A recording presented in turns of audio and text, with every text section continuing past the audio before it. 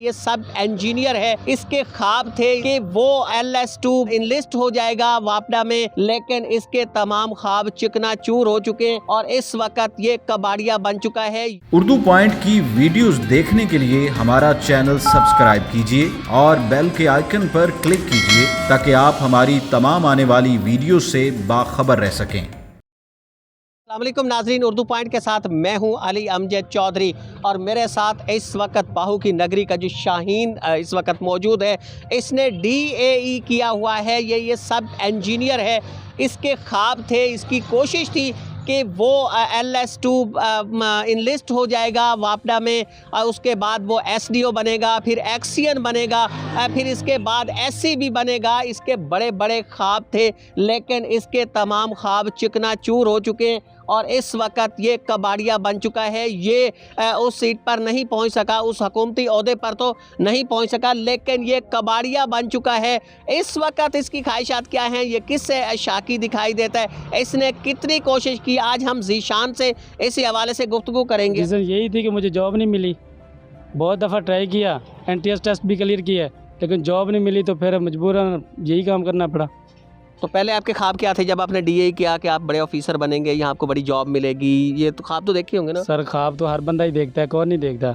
हर बंदा यही कहता है कि मैं बड़ा अफसर बनूं और मुल्क को कौम की खिदमत करूं, लेकिन इस मुल्क में ऐसा होता ही नहीं है। बड़ा आदमी बन ही नहीं सकता बंदा। वो पहले जो बैठे हुए हैं वो कहते हैं हम ही हैं बस, और कोई भी नहीं है। तो पहले वाले किसी को नहीं आने देते? पहले वाले किसी को नहीं आने देते। वो कहते हैं कि हमें पैसे दो या रिश्वत दो या सिफारिश लेके आओ। अब गरीब बंदा इतने पैसे कहाँ से लेके आए? अगर वो कहते हैं 6 लाख रुपए मुझे दे दो, 6 लाख मैं गरीब बंदा कहाँ से लेके आऊँगा?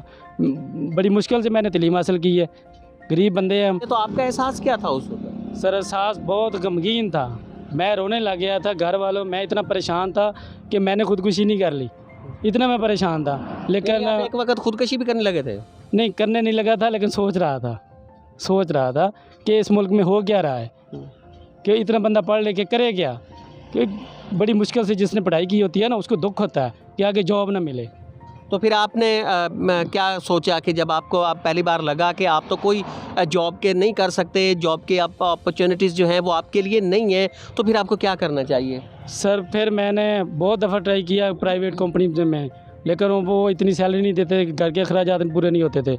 तो फिर घर वालों ने यही कहा कि यही काम कर लो, हम भी कर रहे हैं आप भी करो, लेकिन वो कह रहे थे कि आप पहले अच्छी जॉब तलाश करें। लेकिन मैं अच्छा, आपकी फैमिली जो है वो पहले कबाड़ का काम करती? जी, पहले कबाड़ के काम करती थी। मेरे वालिद साहब कर रहे थे, उन्होंने कहा कि आप मेरी सीट पे आ जाओ, मैं साइड पे हो जाता हूँ, आप यही संभाल लो। यानी ये सीट आपके लिए दे दी गई? हाँ, मेरे लिए दे दी उन्होंने।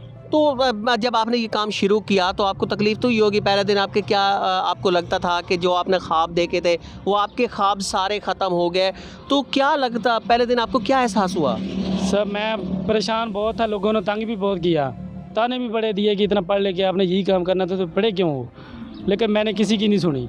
मैंने कहा अगर अल्लाह ताला ने लिखी है यही मेरी रोज़ी, तो फिर मैं यही करूँगा। अगर उधर लिख दी होगी तो अल्लाह ताला मुझे उधर भी दे देगा। तो फिर आपने ये शुरू कर दिया, हथौड़े उठा लिया, मैंने वदान भी चलाया। वो इतना भारा होता है, 5-5 किलो का, एक पढ़ा लिखा बंदा वो चला नहीं सकता, लेकिन मैंने हिम्मत करके वो भी चलाया। अल्लाह का शुक्र है, अल्लाह ताला ने मुझे उसमें भी कामयाब किया। तो कितने पैसे कमा लेते हैं अब इस कबाड़ से आप?